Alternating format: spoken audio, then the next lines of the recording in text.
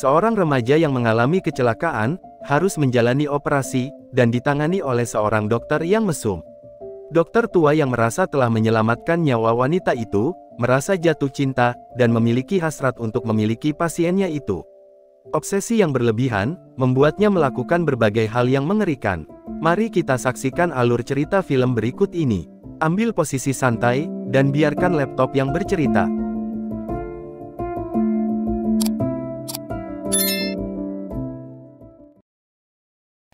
I can't accept this.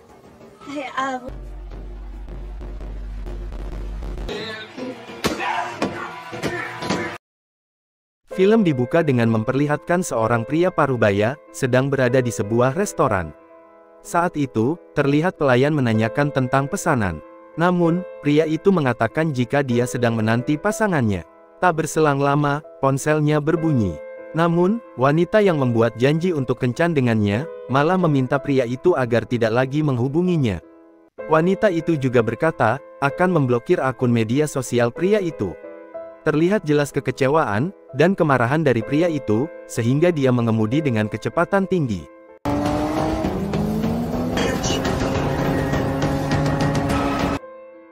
Scene kemudian berpindah kepada sepasang remaja, Sophie dan Ryan, yang baru saja pulang diner. Saat itu, Ryan yang mengemudi, sedang membalas pesan dari rekannya. Namun, tiba-tiba, akibat kecelakaan itu, mereka dilarikan ke rumah sakit. Di sana, kita kembali melihat pria yang ada di awal film. Ternyata, pria itu adalah seorang dokter, bernama Arnold Beck. Dr. Beck segera menangani Sophie, dan mengatakan jika semua akan baik-baik saja. Tak berapa lama, orang tua Sophie, Jimmy, dan Adriana, datang menemui putrinya itu. Dr. Beck kemudian memberitahu, jika salah satu tulang baru saja menusuk jantung Sophie, sehingga membuatnya kesulitan untuk bernafas. Beck juga mengatakan, jika Sophie harus secepatnya dioperasi. Sebagai orang tua pada umumnya, mereka hanya bisa berdoa, dan menyerahkan sepenuhnya kepada Dr. Beck. Talk to the nurse, the doctor knows what he's doing. Okay? Saat Sophie menjalani operasi, Jimmy mendatangi Ryan yang ternyata mengalami patah kaki. Jimmy mengatakan, jika Ryan tidak bisa dipercaya untuk menjaga putrinya. Operasi berjalan lancar, Adriana dan Jimmy sangat berterima kasih kepada Dr. Beck, yang telah menyelamatkan nyawa putri mereka. Di ruang perawatan, Beck mengambil kesempatan untuk meraba-raba wajah Sophie. Tidak hanya itu, dokter mesum ini juga sempat mengecup bibir Sophie yang masih belum sadar.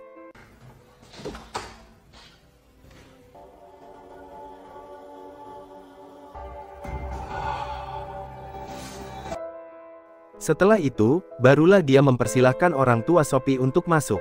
Di malam berikutnya, Dr. Beck kembali bertemu dengan teman kencan dari media sosialnya. Pada saat itu, Beck menunjukkan foto rumah mewahnya di Meksiko. Dengan percaya diri, Beck meminta wanita itu untuk berhenti bekerja, dan pindah bersamanya untuk memulai sebuah keluarga. Wanita itu merasa aneh, karena dia baru saja mengenal Beck, namun pria itu sudah berani mengatur arah hidupnya. Menyadari jika Beck bukanlah orang yang waras, wanita itu memutuskan untuk pergi. Namun, sebagai kata perpisahan, wanita itu mengatakan bahwa Beck perlu berkonsultasi dengan dokter jiwa. Perkataan itu membuat Beck marah, dan memaki-maki wanita tersebut. Not me, but I think you need to see a therapist. Back in my face! Who do you think you are? I don't care. You're like getting a boyfriend. Kembali ke rumah sakit, kondisi Sophie mulai pulih, tetapi lukanya masih harus mendapat perawatan rutin. Tanpa sarung tangan, Beck mengoleskan salep pada bekas lukanya, sembari menikmati kulit lembut gadis muda itu. Sophie bertanya kepada dokter tentang pacarnya, dan berharap ia baik-baik saja. Sophie juga khawatir akan penampilannya pasca operasi. Beck mengatakan jika Sophie akan selalu cantik. Ibu Sophie, Adriana, mendapati Beck yang sedang mendekati putrinya. Adriana bertanya, apa yang baru saja dilakukan oleh dokter tua tersebut. Sophie mengatakan jika Beck baru saja memasangkan salep, dan mengganti perbannya. Adriana marah, dan mengatakan jika itu seharusnya dilakukan oleh perawat wanita. Beberapa hari kemudian, Sophie diizinkan pulang. Saat berpamitan, Beck mengatakan jika Sophie harus tetap melakukan kontrol rutin sesuai jadwal. Saat itu, Sophie memberikan bujang lapuk itu sebuah pelukan.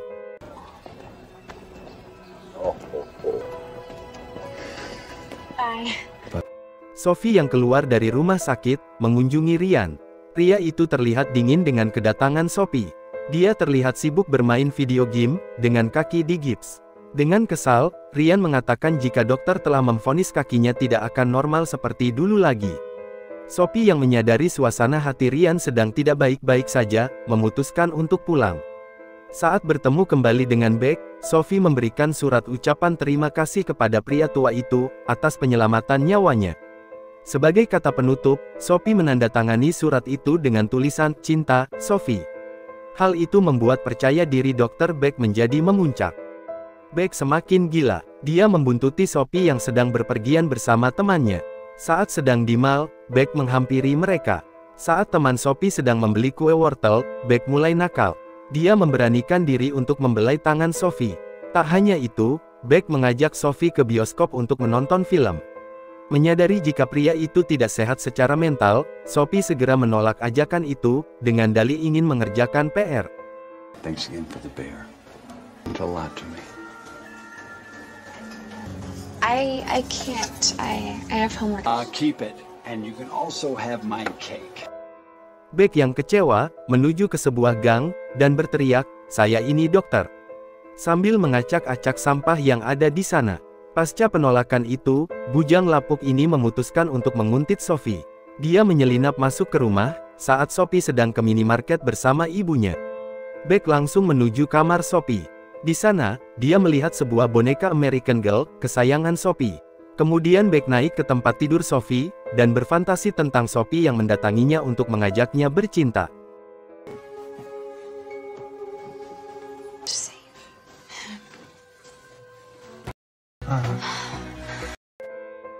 Tak berselang lama, Sophie dan ibunya pulang. Beck segera bersembunyi di lemari. Ternyata, Ryan datang bertamu. Sophie membawa Ryan untuk mengobrol di kamar. Dari balik lemari, Beck memperhatikan Sophie yang sedang berbicara dengan Ryan di atas tempat tidurnya. Kedatangan Ryan itu, untuk meminta maaf atas sikapnya tempo hari. Ryan memberikan sebuah cincin yang merupakan peninggalan dari neneknya kepada Sophie. Kemudian mereka bermesraan, dan tentu saja itu membuat Beck menjadi cemburu. Saat mereka keluar kamar, Beck akhirnya berhasil menyelinap keluar dari rumah Sophie. Keesokan harinya, di rumah sakit, Beck menghampiri Ryan yang sedang melakukan pemeriksaan ulang terhadap kakinya. Kehadiran Beck tentu saja membuat Ryan kesal, karena mengetahui jika pria tua itu telah lancang mengajak pacarnya untuk menonton bioskop. Saat Ryan lengah, Beck mengambil handphonenya. Di tempat sepi, Beck mengirimkan pesan tidak senonoh terhadap pacar dari temannya, yang juga merupakan teman dari Sophie. Dengan dalih mengambil map yang ketinggalan, dia kembali ke ruangan itu, dan meletakkan handphone itu di tempat semula. Excuse me. Did I leave my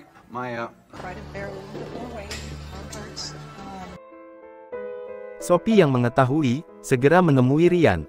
Mereka terlibat pertengkaran, hingga berujung pada kata perpisahan. Ryan yang merasa tidak mengirimkan pesan itu, menjadi curiga. Dia segera menghubungi temannya, dan menanyakan jam berapa pesan itu masuk. Akhirnya, Ryan menyadari jika pada saat pesan itu dikirim, dia sedang menjalani pemeriksaan di rumah sakit. Ryan pun kesal, dan langsung menuju rumah Beck. Di sana, Ryan mencoba untuk memberi pelajaran kepada bujang lapuk itu. Namun, keadaan malah menjadi sebaliknya. Ryan yang masih mengalami cedera, dapat dilumpuhkan dengan mudah oleh Beck. Beck juga mengancam akan melaporkan Ryan atas penyerangan di rumah itu. Oh, man. This is not smart. You gotta stop. You should have that look. Yeah, right. Di malam harinya, saat sedang berada di mall, Sophie menerima pesan dari Ryan, yang mengatakan jika Sophie harus berhati-hati terhadap Dr. Beck. Bertepatan saat itu, Beck muncul di sana secara tiba-tiba. Pria tua itu memberikan sebuah boneka American Girl, layaknya seorang ABG yang sedang merayakan Valentine. Sophie justru merasa aneh, karena Beck mengetahui jenis boneka apa yang dia sukai. Namun, Sophie menolak, dan mengembalikan boneka itu kepadanya. Dengan amarah, dia menuju toilet, dan bujang lapuk itu kembali berteriak. Dia menangis, sambil mencabik-cabik boneka itu. I can't accept this.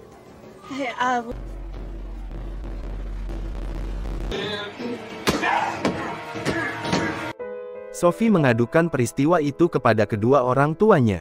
Dia bercerita tentang Dr. Beck, yang memberikan boneka kesukaannya, sambil menatap mesum kepadanya. Sophie juga khawatir jika selama ini pria tua itu telah menguntitnya. Adriana memutuskan untuk mendapatkan dokter baru dalam pemulihan jantung Sophie. Namun, Jim kurang yakin dengan gagasan itu, karena Beck merupakan presiden dokter ahli jantung di kota itu. Keesokan harinya, Sophie dan Adriana pergi ke rumah 5 sakit untuk mengambil berkas scan Sophie. Ternyata, Beck ada di sana. Mereka berhasil mendapatkan rekam medis itu, meskipun Gek sempat menahannya. Hold on. Is Jim okay with this? I don't want you as her doctor. Kemarahan Beck semakin memuncak. Dia segera memeriksa rekam medis dari Adriana. Dari sana, Beck mengetahui bahwa Adriana alergi terhadap penisilin. Kemudian dia mencampurkan penisilin ke dalam obat-obatan yang rutin dikonsumsi oleh Adriana, dan mengirimkannya atas nama rumah sakit.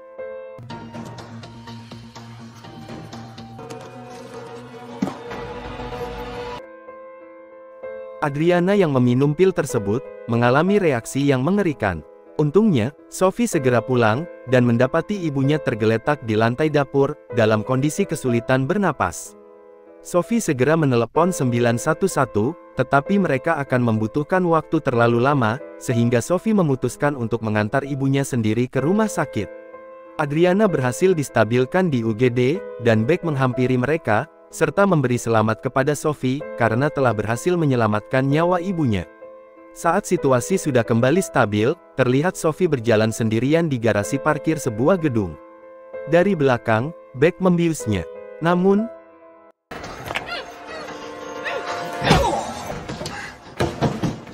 Baby, come on. Sophie berhasil lolos, dan masuk ke mobilnya. Mereka kemudian terlibat kejar-kejaran dengan kecepatan tinggi di garasi parkir. Beck menabrakkan mobilnya ke mobil Sophie. Kemudian, pria tua itu memecahkan kaca jendela menggunakan kunci roda. Scene kemudian berpindah ke rumah Adriana. Terlihat petugas kepolisian mengabarkan jika Sophie terbakar bersama mobilnya, yang menabrak tiang lampu jalan. Hal itu sungguh menjadi pukulan berat untuk Adriana dan Jimmy. Namun, secara mengejutkan, ternyata itu adalah rekayasa yang dilakukan oleh Dr. Beck. Ternyata Sophie masih hidup. Dia terlihat di rumah Beck, dengan posisi tangan dan kaki yang terikat.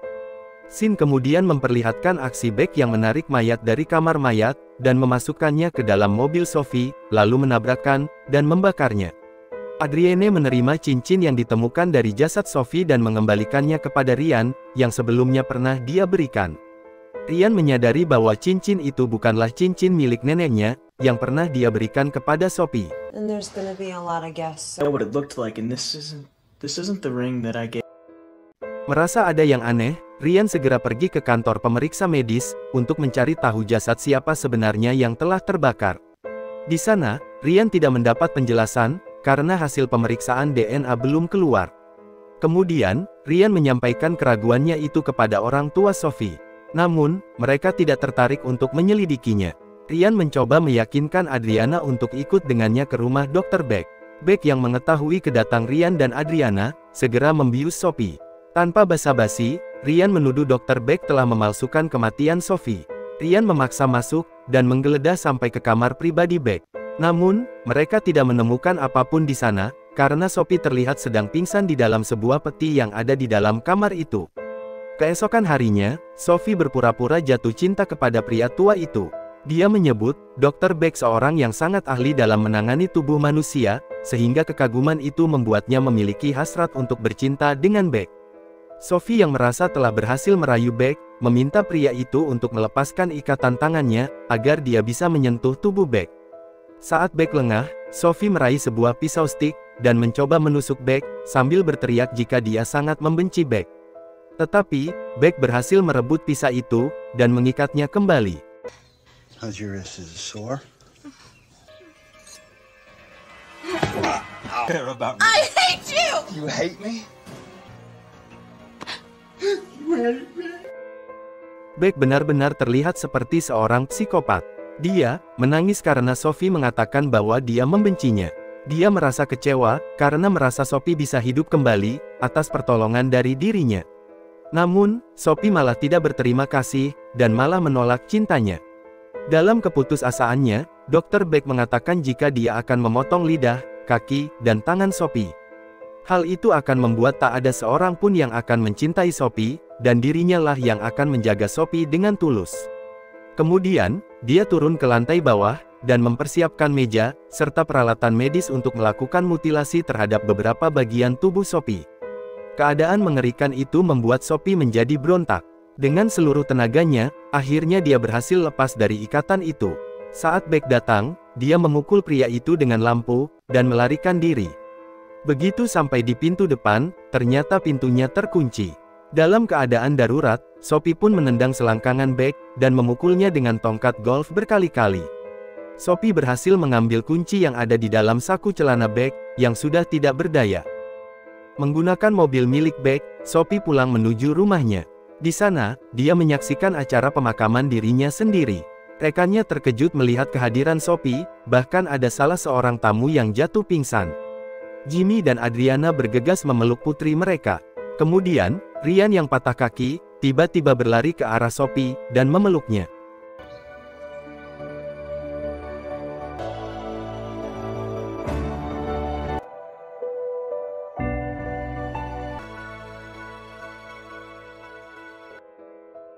Polisi menyerbu rumah Dr. Beck, namun sudah tidak menemukannya. Scene kemudian memperlihatkan Beck yang sedang berada di Spanyol. Film pun selesai. Terima kasih telah menonton. Jangan lupa tinggalkan like, dan tekan tombol subscribe.